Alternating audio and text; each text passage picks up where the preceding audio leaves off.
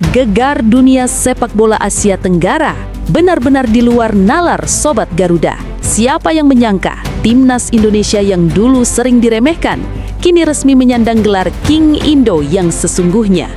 Peringkat FIFA kita terbang tinggi, melesat masuk ke jajaran 100 besar dunia.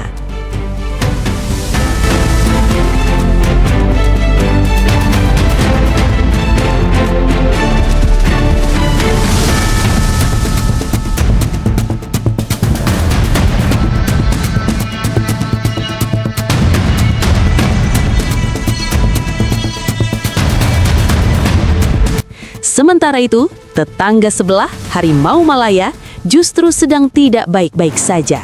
Mereka makin terperosok, makin tenggelam ke dasar peringkat yang bikin fans mereka terdiam 1000 bahasa. Apa yang sebenarnya terjadi? Kenapa jarak kualitas kita sekarang jadi sejauh langit dan bumi? Simak analisis selengkapnya hanya di FR96 TV. Dan untuk mendapatkan satu wakil Asia Tenggara di final kejohanan Asia ni, Kish, memberikan kebanggaan kepada kita juga. That's the thing. Bagi aku, Indonesia adalah team of the tournament. Team of the tournament. Walaupun by far. Iran juara. Kerana Iran juara itu bukan perkara yang mengejutkan. Expected. They are traditional superpowers dan make them concede 5 goals was incredible. Menggunakan pemain naturalisasi dan juga warisan. Ini yang Indonesia sedang lakukan. Sebab Indonesia dia tak, sebenarnya dia istilah naturalisasi tu tak ada pada Indonesia. Dia sebenarnya pemain warisan. Kita nak sentuh tentang Indonesia yang baru-baru ini mencipta sejarah. Indonesia adalah satu-satunya wakil Asia Tenggara di peringkat pusingan ketiga kelayakan Piala Dunia, the final stage. Dan baru-baru ini mereka mencipta sejarah sebagai pasukan dengan pencapaian terbaik di pusingan ketiga kelayakan Piala Dunia dalam sejarah bola sepak Asia Tenggara. Sobat Garuda, menembus 100 besar FIFA bukanlah perkara mudah. Ini adalah hasil keringat, air mata, dan strategi jenius yang diterapkan di bawah kepemimpinan Erick Thohir dan racikan taktik John Herdman. Kemenangan demi kemenangan atas tim-tim besar Asia memberikan tambahan poin luar biasa. Kita bukan lagi tim yang cuma jago kandang, tapi kita adalah raksasa tidur yang sudah bangun. Bayangkan, dalam waktu singkat, kita berhasil menyalip negara-negara yang dulunya menganggap kita remeh. Inilah bukti bahwa proses tidak akan mengkhianati hasil. Saya hari ini membangun fondasi. Tidak mungkin mentransformasi sepak bola Indonesia hanya waktu 4-5 tahun selesai. Kita tahu Jepang itu punya program 50 tahun. Nah, pertanyaannya, antara ketua umum yang hari ini akan datang dan seterusnya masih memegang nggak panduan yang disepakati? Di sisi lain, mari kita lihat kondisi tetangga kita. Malaysia yang dulu sempat jumawa dengan peringkatnya, kini harus menelan pil pahit. Kekalahan beruntun dan performa yang tidak konsisten membuat poin FIFA mereka terus tergerus. Media-media Malaysia pun mulai kebakaran jenggot. Mereka bingung bagaimana bisa Indonesia yang dulu di bawah mereka, sekarang justru meninggalkan mereka sangat jauh di depan. Harimau Malaya sekarang seolah kehilangan taringnya, hanya bisa terdiam melihat kepak sayap Garuda yang makin tinggi. Really good, and I'm actually really happy because they were one of the surprises at the Asian Cup, considering how, quote unquote, low their FIFA ranking is. But we're about to see that number continually rise for the next 12 months because this team is very exciting. They have some incredible players. Lain macam. Aku baru lepas tengok Indonesia kit dada tu. Nak harap tim kita main macam tu. Harap ke laut dalam. Penyokong Indonesia ni nyanyi lagu Tanah Airku ni tak keluar stadium ni sebelum game ke lepas match ke sebelum match. Dia kata lepas match. Masih lagi 80,000 tetap berganjak nyanyi lagu Tanah Airku. Kerana salah satu pembeda utama adalah keberanian Indonesia dalam memperkuat skuad dengan pemain-pemain kelas dunia yang memiliki darah merah putih. Kehadiran pemain diaspora bukan hanya soal kualitas, tapi juga soal mentalitas Eropa yang menular ke seluruh tim.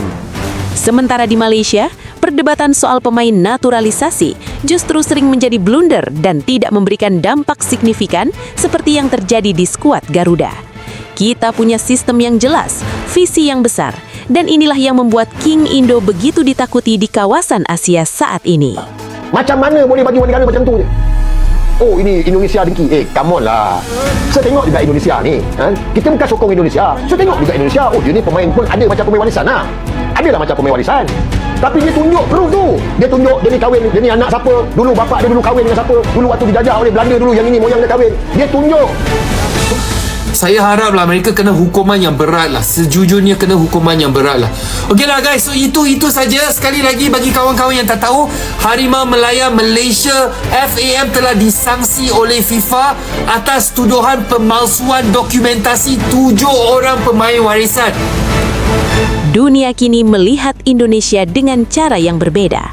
Analis-analis sepak bola internasional mulai menyebut Indonesia sebagai the most improved team di Asia. Tapi ingat Sobat Garuda, 100 besar hanyalah awal. Target kita lebih tinggi, mimpi kita adalah Piala Dunia. Jangan sampai kita puas di sini. Dengan dukungan penuh dari kalian, netizen paling militan di dunia, tidak ada yang tidak mungkin bagi Timnas Indonesia. Nah, menurut kalian Sobat Garuda, kira-kira peringkat berapa yang pantas untuk Indonesia di akhir tahun nanti? Dan apakah Malaysia masih punya peluang untuk mengejar kita atau sudah tertinggal selamanya? Tulis pendapat kalian yang paling pedas dan cerdas di kolom komentar di bawah ini.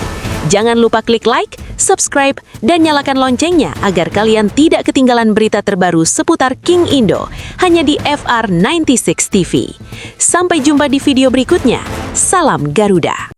Pagi-pagi bangun tidur baca berita banding FAM ditolak. FIFA tegaskan Malaysia langgar pasal pemalsuan. Temu lagi sama Bapak komentator Harap pecinta Liga Indonesia yang lain boleh bahas Ucel kalau Bapak lebih cinta Liga Indonesia karena dramanya lebih real. Ya, banding Malaysia atas 7 pemain naturalisasinya resmi tetap ditolak oleh FIFA ya. Setelah FIFA menganggap bahwa Malaysia memalsukan data pada saat dilakukan penyelidikan ulang oleh FIFA pada saat banding kemarin, tetap FIFA menganggap bahwa status 7 pemain ini tidak ada yang memiliki data sah berketurunan dari Malaysia. Dan yang bikin lucu nih, dari FAM-nya mengatakan bahwa mereka terkejut. Udahlah boy, Malay, ayolah. Masa sih kalian terkejut? Nggak percaya kita. Dan hasil dari banding yang ditolak tersebut adalah ketujuh pemain naturalisasi itu tetap dikenai denda plus kena larangan aktivitas bermain selama 12 bulan alias 1 tahun. Dan FAM atau Federasi Sepak Bola Malaysia tetap didenda 350.000 Swiss franc. Harusnya sih nggak didenda cuma uang aja ya, harusnya di-ban sekalian tuh. Ya, sebelumnya 7 pemain yang diklaim memiliki darah Malaysia itu adalah Gabriel Felipe Arroca, Facundo Thomas Garces, Rodrigo Holgado, Imanol Machuca, Joao Figueiredo, John Irazabal, dan Hector Hevel. Nah, 7 pemain tadi itu dilihat dari namanya aja, ada yang nama-nama nyerempet-nyerempet nama-nama Malaysia nggak? Nggak ada sih. Ya, nama nggak perlu nyerempet-nyerempet, tapi yang penting muka lah. Mukanya muka-muka bule semua, muka-muka Hispanik semua. Beda tuh sama pemain keturunan tim nasional Indonesia. Namanya kalau nggak ada nama-nama Indonesianya, tapi mukanya jelas muka Indonesia. Itu faktanya, berarti PSSI jelas melakukan naturalisasi sesuai dengan prosedur, nggak kayak UFAM. Dan pihak Malaysia maksudnya, kabarnya bakal lanjut banding ke pengadilan arbitrase olahraga. Ya, good luck lah ya, tak doain gagal lagi.